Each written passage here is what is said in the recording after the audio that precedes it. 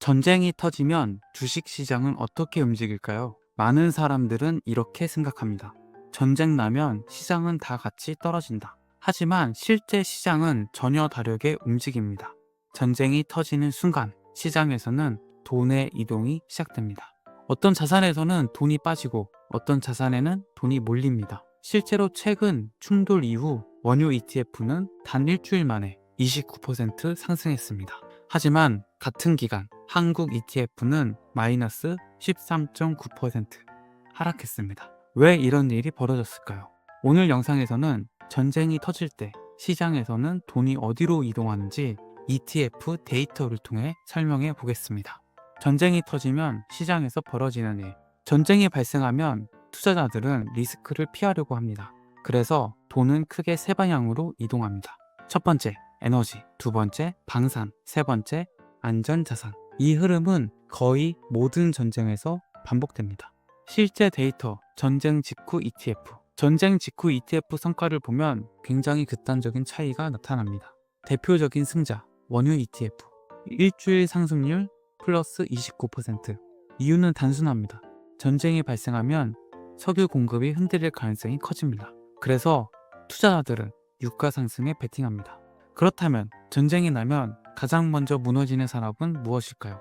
대표적인 산업, 항공산업. 항공 ETF는 약 마이너스 10.9% 하락했습니다. 이유는 두 가지입니다. 첫 번째, 유가 상승. 두 번째, 여행 감소. 즉, 전쟁이 발생하면 항공산업은 이중 타격을 받습니다. 이번 전쟁의 가장 큰 피해자, 이번 충돌에서 특히 영향을 크게 받는 지역이 있습니다.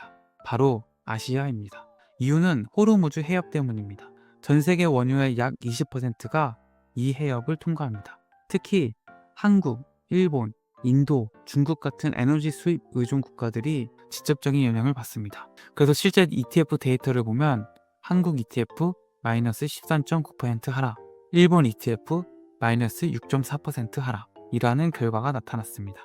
하지만 이번 시장에는 2022년과 다른 변수 하나가 있습니다. 바로 AI 투자 사이클입니다. 현재 시장에서는 IT 기업 이익 성장률이 약 32% 이상 성장할 것으로 예상됩니다. 즉, 전쟁이 발생했지만 AI 투자 흐름은 완전히 꺾이지 않았습니다. 결국 시장을 결정하는 변수. 지금 시장에서 가장 중요한 변수는 단 하나입니다. 유가입니다. 전문가들은 유가가 85달러 정도에서는 경제가 안정적으로 움직일 수 있다고 보고 있습니다. 하지만 유가가 100달러 이상에서 오래 유지되면 이때부터 경제에 충격이 발생할 가능성이 있습니다. 결국 전쟁이 발생하면 시장에서는 혼란이 생깁니다. 하지만 동시에 돈의 이동도 시작됩니다.